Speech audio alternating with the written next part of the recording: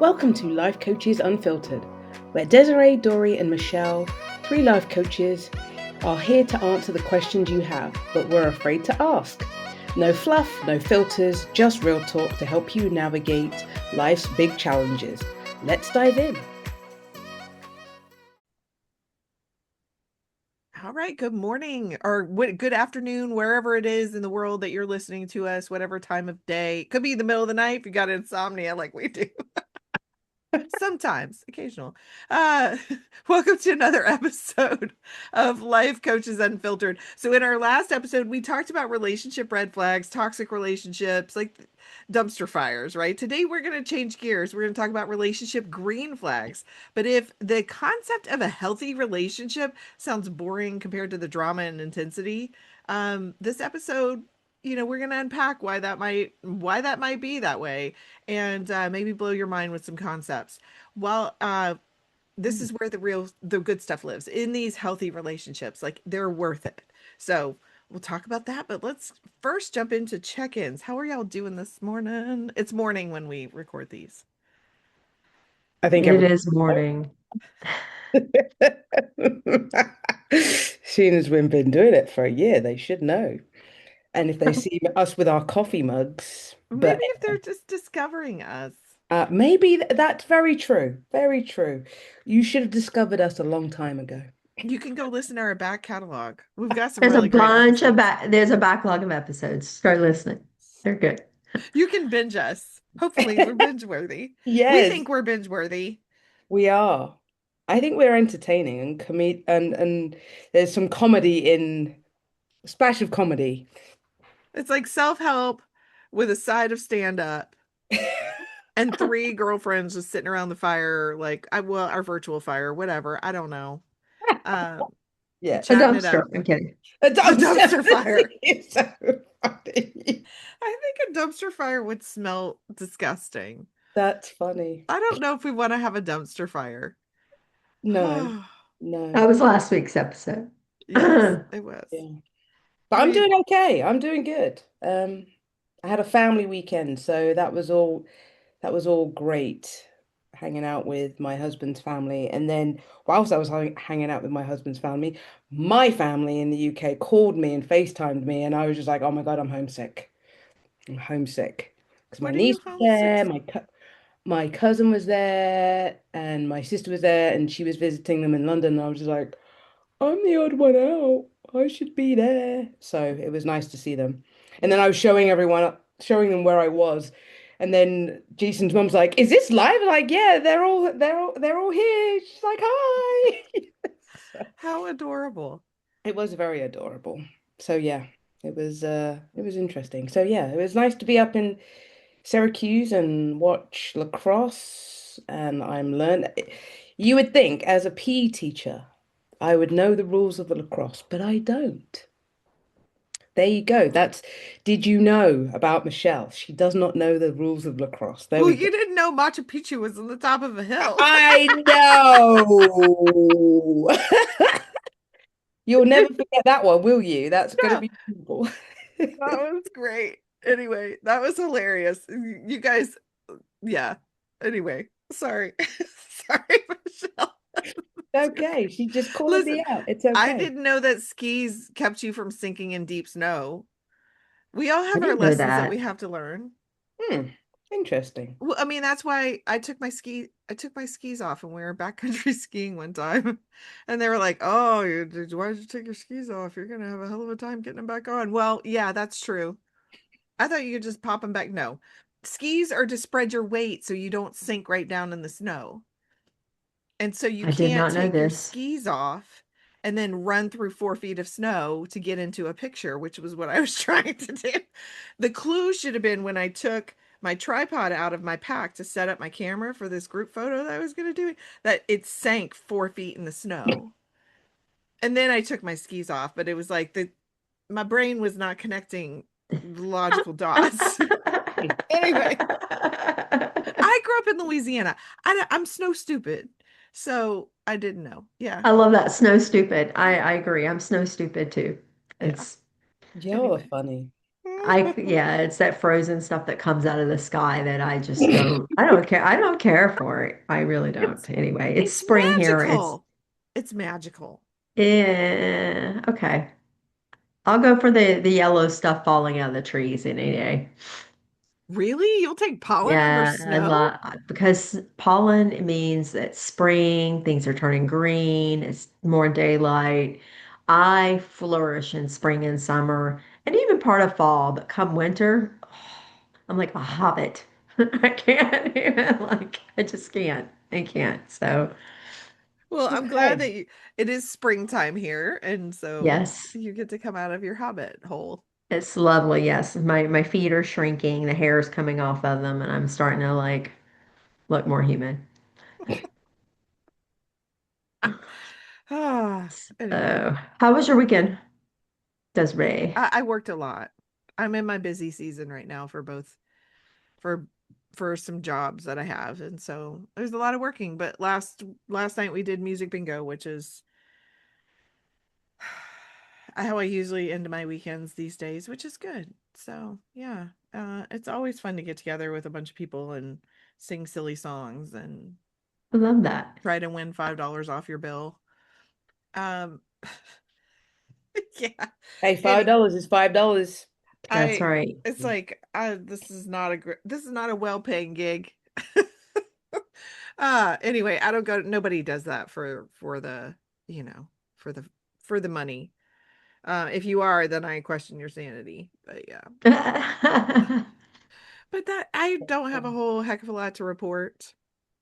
Okay. No. How was I yours? will. Can I just say one thing is that I've had a lot of people on the that listen to our podcast tell us, Desiree, sometimes they can't tell my voice from yours.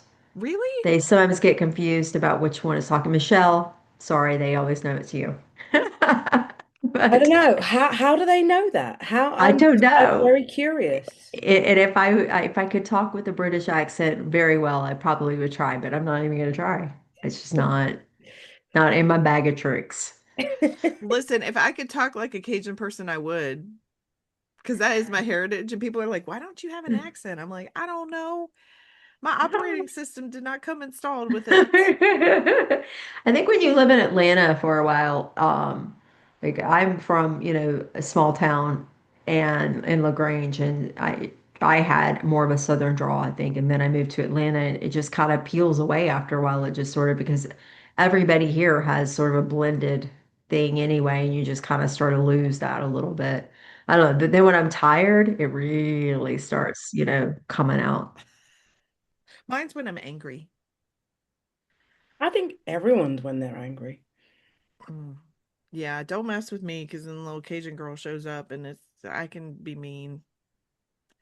It's my defense mechanism. I never know Ah. that. Okay. Dory, you want to talk about your weekend? How are things in Do your I want to talk weekend? about what? Your weekend. Oh, sorry. I got a new laptop and my speakers. Um, it was a good weekend. It was, I went for a memorial service, so but this service was absolutely beautiful.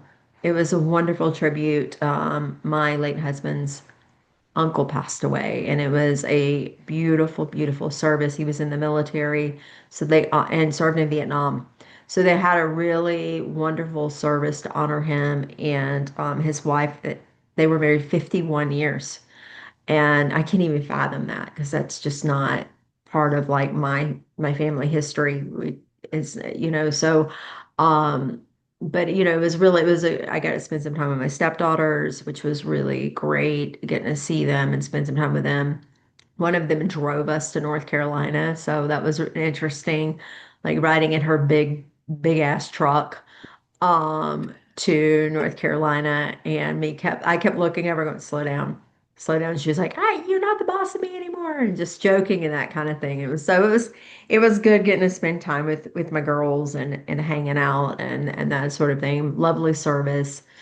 And it did bring back some memories for myself of it's um of almost a couple years ago when Ken passed. So, and being with his family and his sister and things like that. So it was a bittersweet time But it was a good weekend. And it was good to be present, and just Mhm. be a part of it and still be a part of that family as well. So it was nice. Yeah. Yay. Oh. A Sounds healthy relationship. sounds like we all had family time, even though, Music Bingo is your family, Desi. It's a wily cast of characters. Actually, the DJ loves me because I bring people every week. There you I'm go. constantly bringing new people. I She's like, cannot wait to go with you, Desiree. I'm gonna have oh, to go. all right. In a couple I think weeks, I'm gonna maybe. have to try this music bingo out as Oh, well. it's so much fun, y'all. It's like there was a whole thing on CBS Sunday Morning yesterday about bingo and how it's popular, and they were like, they even have things like music bingo. And it's like, oh, anyway, it's a lot of fun. She makes it fun. But Doree, when you were talking about healthy relationships, um, and what that looks like I think when we grow up, I say this so frequently, we grow up as children thinking that the household that we grew up in and the relationships that we saw as kids were normal, or that, that everybody had the same type of relationship, and that our parents were perfectly healthy because I mean we don't have the logic to think anything else. So that was a great segue into healthy relationships. It's something that it's taken me. I'm still learning what healthy relationships look like. I'm curious to hear y'all's experience on, like, you know, how did you kind of come to this understanding of what's healthy and what's not healthy in a Mm. relationship? Oof. It is still a journey. I mean, it is still, I same. I grew up the way that I grew up. I thought everybody grew up that way, and I'm not throwing shade at my parents or my family or anything like that. Everybody does the best that they can do, but I thought it was the way that everybody grew up until I like went into the rooms of AA and we started talking about my family, and you could just kind of see this look on some people's faces, and you're like, oh, you didn't experience that. Oh, you didn't have that happen to you. Oh, I thought everybody had these things. And so I did not have, in some ways, good role models on what that looks like. And so it has definitely been, I'm still learning. I started uncovering, like, some of my, they called them defects character. I don't like that. That's one of the things I have like an issue with AA about. Sorry, anybody listening from AA. But it is one of the things I don't want to call anyone defective. There's nothing wrong with anybody. They're just defense mechanisms. There's things that we learn as children that as we get older become more of a liability than an asset. And so, being able to start to identify those particular things, because that's how I interact in relationships with these different mechanisms that I have learned is survival skills. And now as an adult, being able to go, oh, wait a minute, that doesn't serve me anymore. Now, how do I do something different with that? And become, something, and be able to do different things with that. So that's kind of been my experience. Michelle, what about you? Yeah, I mean, growing up in England and in a Caribbean household, it was kind of weird. I'm not saying weird in a bad way, like my mum ruled the roost. My dad, he was just going to work and coming home and, food was cooked and stuff like that. But then I think as I got older and I kind of realized my mum and dad's relationship that it wasn't really that healthy. And to the point of, you know, they would not talk about major things. And I feel like my dad was in the background, just the provider, and my mum was more the nurturing person. And I didn't realize that until I got older.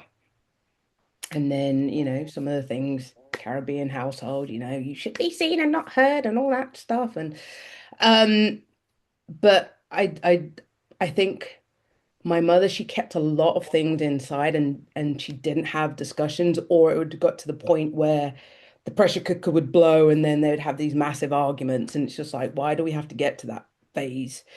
And so As you said, Dory, it's still a work in progress. Like relationships, you think you think that when they portray it on the movies and everything, oh, everything's lovely and hunky-dory and rose-tinted glasses and la la la la. And then in reality, it's just kind of like, no, this is hard work. This is hard work. Um, and so, some of the things that happened with my mum and dad, I don't want it to happen in the relationship that I have with my husband.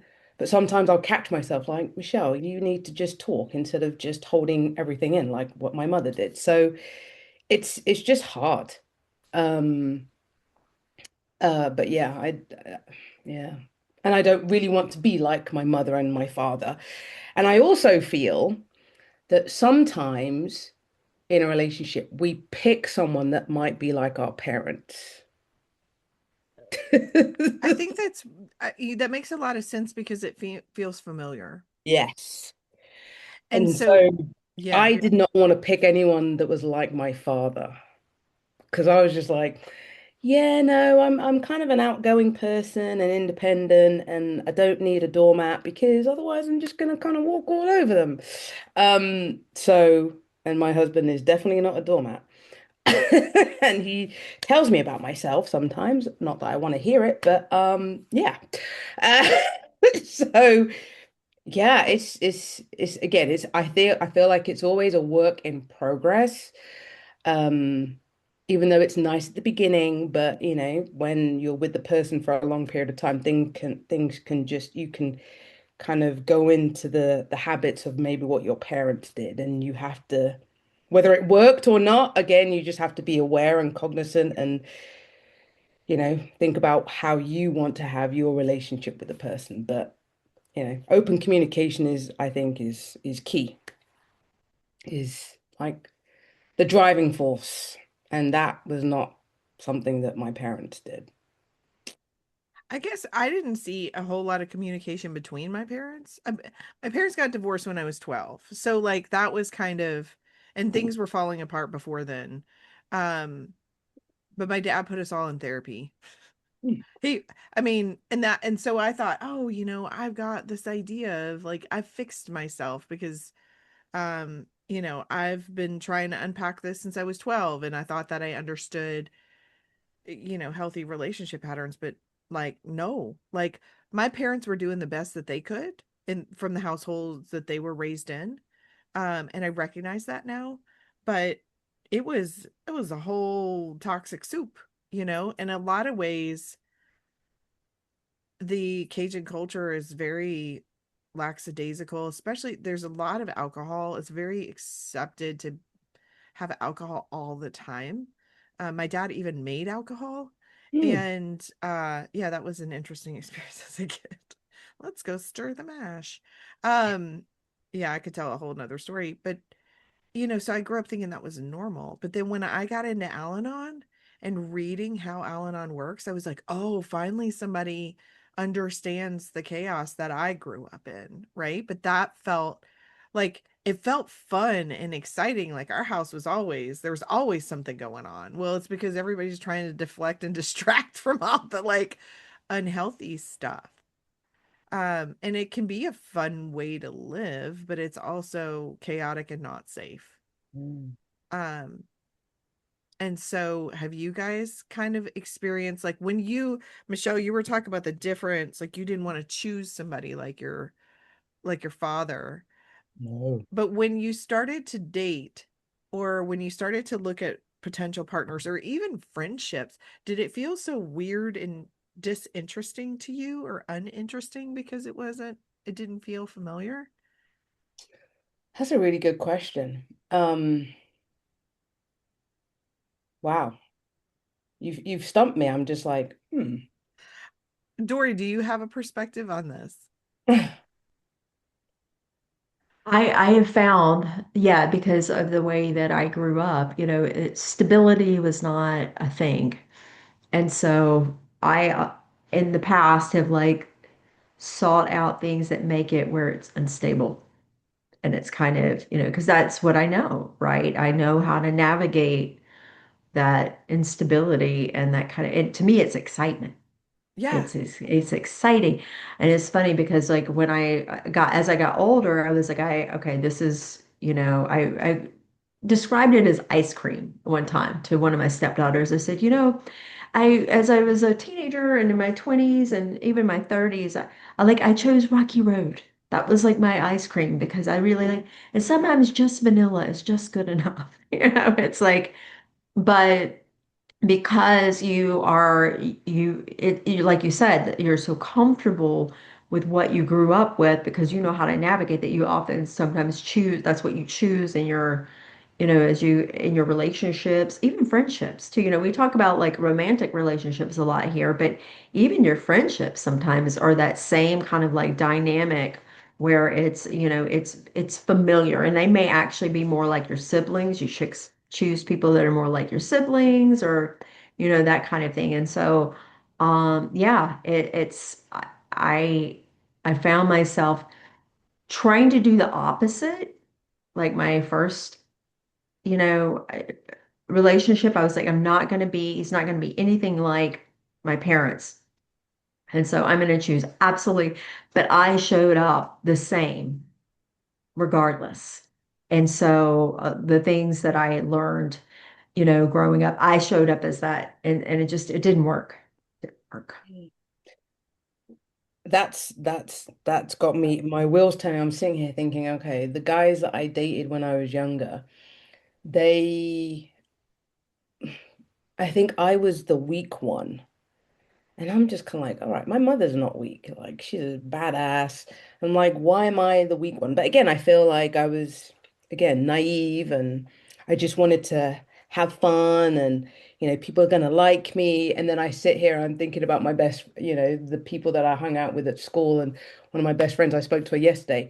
I mean, she- she's Italian. So her whole family dynamic was shouting at everyone and stuff like that. And it's just kind of brought back memories because, I think my mother didn't really want me to hang out with her for a while because she thought she was a bad influence because my friend was a rebel. And my mother didn't want me to go down that road. But then I was like, well, hold on a minute. This road is quite cool. Let me be the rebel. Even though my mother probably thinks that I'm, you know, this pristine, girl who doesn't do naughty things and doesn't get into trouble and stuff like that. Oh gosh, I was the complete opposite. I just got away with it. And my sisters didn't get away with it. I got away with it because I was the youngest. Um, and then I think once I got to college, well, actually, before I got to college, I took a year out. I took a gap year and came to the States. And so that was where I was just like, I'm ready to leave home. I want to explore. I want to be by myself. And then when I came back, I was looking for another, I say a person to not look after me, but, you know, that was not like, again, not like my dad, that was strong. And so, yes, that's when I met the guy that I got engaged to, and he was strong because he was telling me what to do. And you guys already know that story because we spoke about it on the last the last episode. Um, so yeah, I think I just kind of went from the night. Maybe I had the naive schoolgirl kind of crush for a while and really didn't know myself. But I knew again I didn't want someone who was weak because I would just walk all over them. Yeah. And so like that we can see how our like family dynamics kind of directed us to a specific, you know, choosing or people that felt comfortable to us. But now that I kind of have experimented with and seen through other people's relationships what a healthy relationship can be, like I don't tolerate crazy stuff anymore or disrespect. Like in my family pattern, like there were times where I was bullied or talked down to or like not I didn't feel like people in my own family were being respectful to me, Mm, and I won't tolerate that anymore from friends or a romantic partner. And so the interesting thing is I feel like as I grow and learn more healthy ways, I don't know if you guys have the same kind of experience, but different people become attractive to me and different qualities become attractive to me, Mhm. versus who I would have dated in the past or who I would have associated with in the past. I would agree because, as I said on the last episode, as I said, my husband was a completely different person from what I had dated previously. And as you said, there were things that I was, after the experience that I'd had with all these guys and everything, and there was like things that I was not going to put up with. And there was qualities that I wanted to see in someone. Like, I dated someone who had no respect for his mother. And so I'm like, this is why you're treating me like this. Like you're thinking that I'm just, just a little aspect. No, and now I need to hear the story of how you treat your mother. And he was pissed that his mother had four kids with four different guys, and so he had no respect for her. And so I'm kind of like, well, you don't have much respect for me because you're treating me like your mother, like you talk to me like your mother. And I'm no, so sorry. That's not going to happen. So there was definitely some non-negotiables of what I was gonna put up with or not put up with. Um, but yeah, I totally decided to change my trajectory of the people that I attracted because I didn't want to attract any narcissists anymore because that was I attracted them. I don't know why. I don't know why. But that was not a good look. Not a good look. So yeah, completely different. Doree, do you have something to share? Well, I think that just thinking about like how well, I told a client once, I said, I the relationships that I'm in are a direct reflection of how I feel about myself. And so if I am in a healthier relationship, I'm healthier. Or if I'm in, I don't know, it's very interesting for me. Like I look back at my past relationships and I go, I would not give that one the time of day now. I would not give that one the time of day now. Like as I've continued to like, I'm not saying I'm better than them at all. So I know that's not for me to judge anybody or anything like that, but it's not the person that I would choose to be with anymore. Hmm. And I would never, like, I wouldn't be the person that I was with when I got sober. Sorry. I mean, I just, that would never even enter my mind anymore. I would never even find that attractive.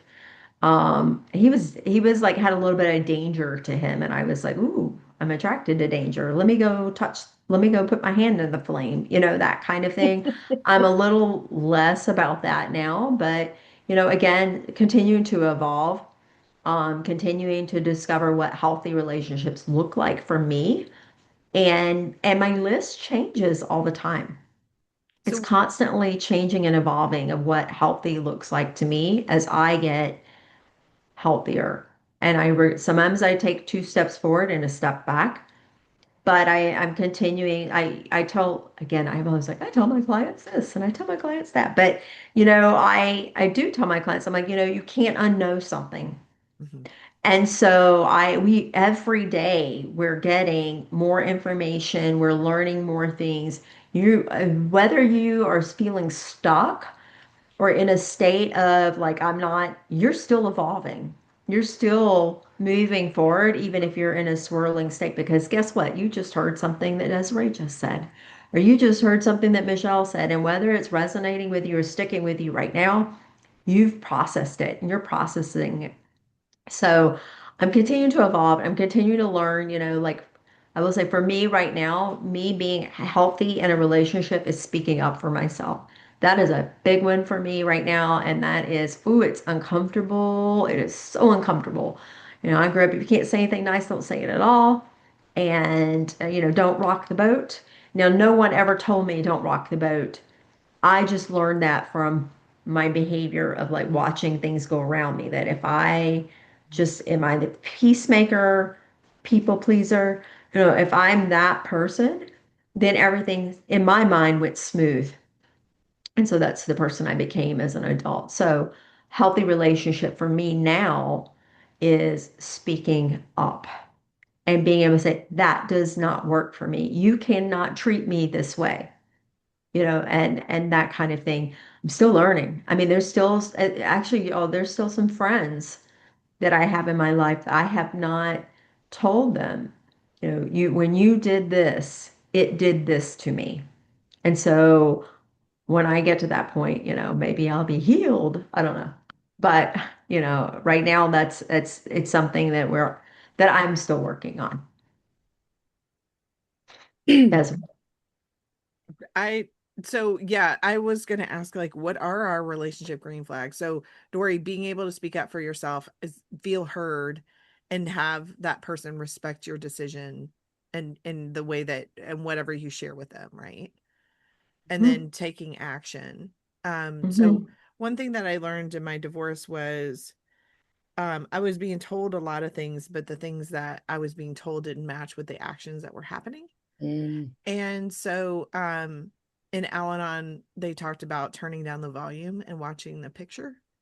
And so if I see there's a couple things that are kind of green flags. So if you're consistent and reliable, so if you say you're going to be there, you're going to, that's a huge thing. Doing what you say and saying what you do. Yeah. Like it's like that being that consistent because if I'm confused, like that's a there's something isn't right. I also listen to my gut a lot more. But my gut's better trained. And then when I do speak up for myself or my needs, like if that's not, we might disagree on something, but it doesn't need to get hostile. And so if we can have a disagreement that doesn't turn into hostility and name calling, that's a huge green flag for me that we can be like, hey, I disagree with your viewpoint on that, and here's my stance, and that hurt me, and this is why. But in like, they can regulate their emotions. Is I've walked away from people who couldn't regulate their emotions. mm, Um, I think that you have to have that before you get into a relationship as an adult. You have to be able to catch yourself when you want to fly off the handle. Um, and that's not a skill that many of us learned in our generation. Hmm. So yeah, being able to be like, I'm really upset right now. I need a break. Or, like being able to not direct all of that anger and hurt towards the other person. Because that anger and hurt is coming up in you for a reason, and it's a signal of what you still need to heal. It's never okay to direct that to someone else. So deal with your own internal dumpster fire. If you can do that, if you can, yeah, if you can be like, hey, I have some real heavy stuff coming up and this is what I need to do to take care of myself, I will respect that person all day long for speaking their needs because they're able to express themselves and take the space that they need to come back to that You discussion. know, uh, sorry to interrupt. That's okay. Um, with you guys talk about perimenopause. I'm menopausal brain. With my menopausal brain, if I don't say it, sometimes I'll forget it. So it's starting to slip away right now, actually, as a matter of fact, and it's gone. Never mind. Oh, crap. friggin' Stay hate that. tuned. It might come back. I friggin' It hate may that. come I back. hate that. I hate that. Michelle, what are your green flags? Raise your hand if it comes back, Dory. I will. I will. Raise your hand What are if you're my green sure. flags? It's so funny because I love on my friends a lot, and if I upset them, I need for them to tell me, and to me, that's a good thing. And if I get upset with them or if they did something to me, then, we have to have that conversation. And, whenever I've upset someone, I feel so bad and I want to make it right. And to me, that's really important because I want to know how I've upset this person and what I need to do to kind of, avoid that the next time because, I generally care about that person and want, still want to be friends and stuff like that. So being truthful with your friends, best friends, I mean, you could be truthful with your family, they'll still piss you off. But But, to me, I also think another green flag, and this is one thing that I think is great about me and my husband, is we like to do different things. And I'm the one that does more than he does. Um, but I love the fact that I have my own things to do and I have my own hobbies, and sometimes I'll bring him in and then some, and he brought me into his wrestling world, so I can dip my toe in or I can dip it out. But I like the fact that we have our hobbies, and I've met quite a lot of his friends and so forth, but we can have separate friends. We don't have to have the same friends, but communication is key. And trust me, I'm still working on it. I will put my hand up and own up that I'm still working on it. And yes, I have a therapist and we are working through it because it was hard. I mean, getting married at an older age is hard. And, I was single for quite a long time, and then this person comes into my life, and then I have a child, and I'm just like, what? I've been by myself. I've been independent. What now? Oh, this is weird. So, I'm still getting used to it. I would say the first 2 years of our marriage was very difficult for me because it's like, no, I have my shit, you have your shit. We're not sharing. We're not sharing. And I've slowly gotten better. Like my husband's like, yeah, we're sharing. And I was just like, no, no, that's your stuff. This is my stuff. So, it's taken a while. It's taken a while. Um, yeah, that was very difficult for being I think that that's independent. a key too, is like it's in a relationship, everything's new, and then you start realizing your differences. And then it's how do you start working with those differences and starting to realize, okay, and can you work with those? I think a healthy relationship also sometimes doesn't mean that you stay together. Sometimes healthy means being able to say, you know what, we can be better apart. Like I know, like for myself, my parents got divorced when I was two, and they maintained a healthy relationship. And it was great for a child. As a child, it was great for me to see my parents still get along. But they knew, maybe they didn't know at the time. Maybe it was, there was other things, but I'm glad that they had the maturity level, even though they were young, really, really young. They had the maturity level to say, you know what, we can still have a healthy relationship even though we are divorced. We have a kid involved. We really need to maintain that. And I just remember what I was going to say, y'all. So I'm going to say it really quick. Okay, so we all when I'm working with young people, especially, they come to me and say, here's what I want in a person, blah, blah, blah, blah, blah. And they list out all those things of what they want in a person. I then turn that list back and say, okay, now who are you in this list? Mm, What are you bringing to the table? So when we talk about healthy relationships, it's also not what other people are doing, it's how you show up as well, and how healthy you are when you're showing up in these relationships. So yeah, I think that it's a learning process. It's once the newness starts wearing off in any relationship, friendships, anything, and being able to be able to be speak for yourself. And again, that's me. That's my own piece of this, is being able to speak up and just say what works, what doesn't work, and also not getting into, like, for me, myself, anybody who knows me, I love everybody. I really, I just truly love people, and I love and I cherish everybody. And so I'm like, oh, you're going to be my friend? Okay, let's be my friend. And let's be my friend. Let's be my friend. Be my friend. And then meanwhile, my good friends have been sticking around with forever. Like, hey, wait, whoa, whoa, whoa, whoa, wait a minute. Hey, we're over here. We're not getting any of your time. And so for me, I think my word this year, I think my word this year is being, more intentional, and so that is going to cascade into my friendships and everything as well. So whatever you could find in that, the ramblings of a menopausal woman. There we go. And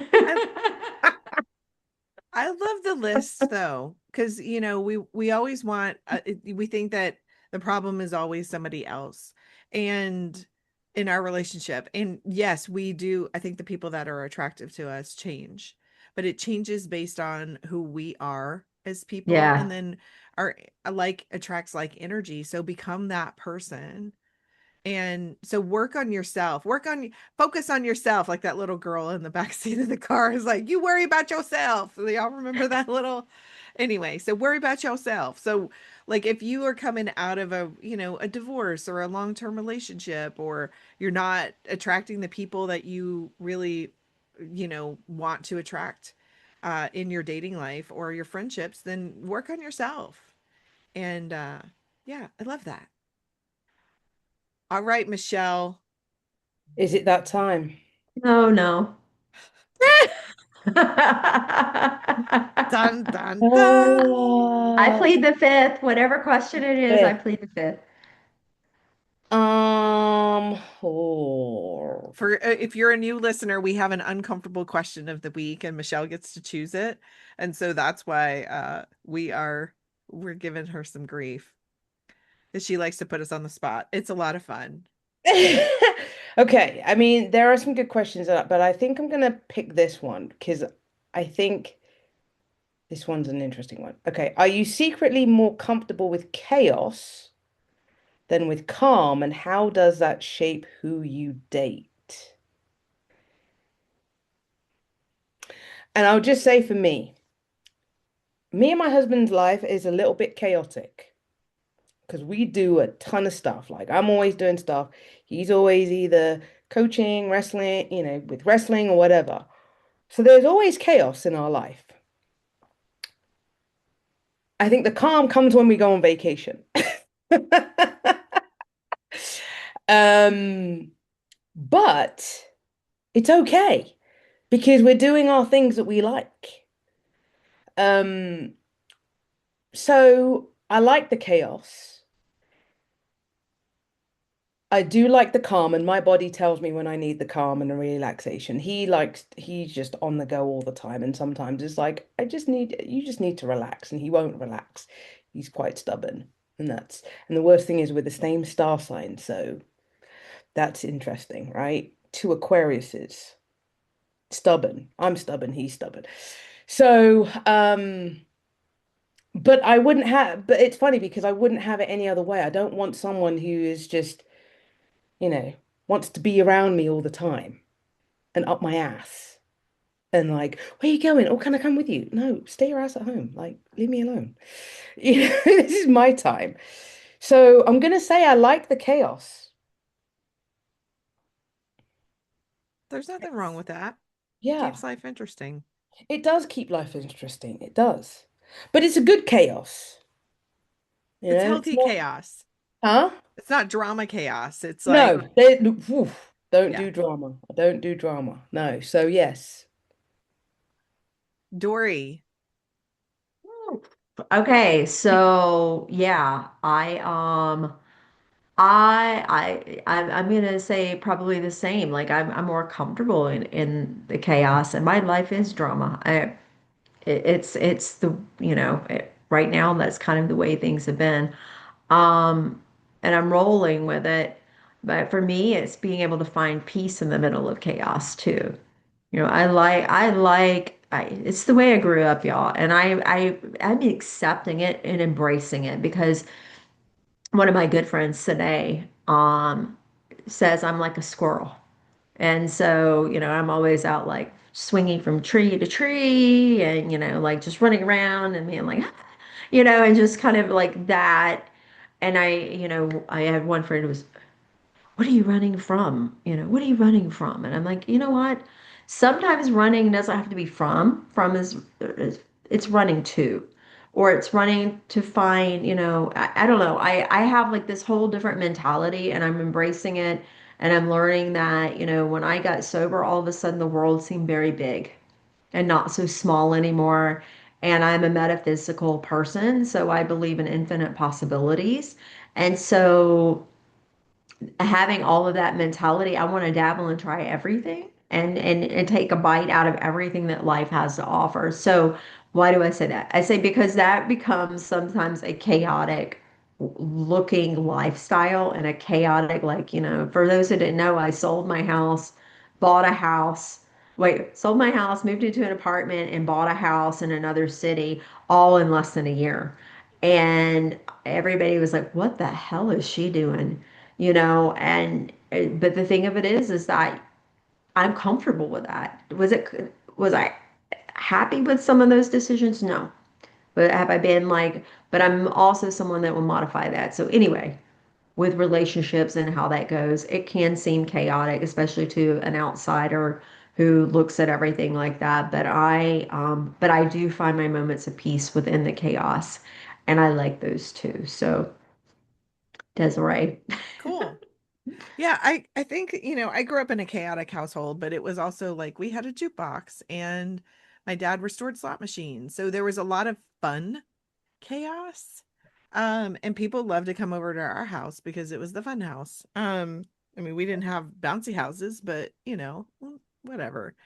Um, but I feel like, and it's not necessarily chaos, but I love interesting people. Like I want people who are deep and like thinkers and having intellectual conversations. I don't necessarily love being in a house where there's like the more that I live alone, the more I like being like having like kind of a calm house. And if my dog gets too barky, I'm like, we need to simmer down, like she can get overstimulated. So that's really the big chaos in my house at this point is chaos. But I think as I'm getting older, I'm realizing the value in rest and the value in peace and the value in quiet. And so I think I never really went for the super duper like exciting, bad, adventurous, adrenaline seeking people. But yeah, I don't know. I'm not I'm not necessarily uncomfortable with chaos, but I need a break after a minute. I'm really good in an emergency. Like I'm thinking on my feet and I'm able to maintain my crazy, like not maintain my crazy, maintain oh, like not flip out and think of okay, these are logical next steps, but I don't want to live in that space. And Mm, I know the value and my body starts to signal like you need a freaking break. So I think it has shaped who I date. And but I do want someone who is that I can be comfortable with, but I need that person. I need to be able to be myself around that person. mhm. Um then that tells me that I'm comfortable with them, that I feel like they're going to accept me um for who I am. So it's not necessarily, I think the chaos can be a distraction a lot of times about what we really need to focus on. And so it's fun to have those exciting times, but I'm also recognizing my need for rest and calm and peace. Trying to find that balance. All right, who's got quotes? So we end our episode with quotes. I'll go. Okay. All right. Green flags include open communication, mutual respect, trust, equality, boundaries, oof, and shared decision making. And that's actually from the National Domestic Violence Hotline. I like that one. Um, hmm. So I like Love Rests on Two Pillars, Surrender and Autonomy, and that's by Esther Perel. Ah, I love Esther Perel. Oh, there's so many in here that I love. But the one that speaks to me right now is love in such a way that the person you love feels free, and that's Thich Nhat Hanh, the Buddhist teacher. Ah, yeah, sometimes loving somebody is letting them go so that they can go and find what they need in their life. Mm. And that sucks. But also loving somebody so that they feel free to be themselves.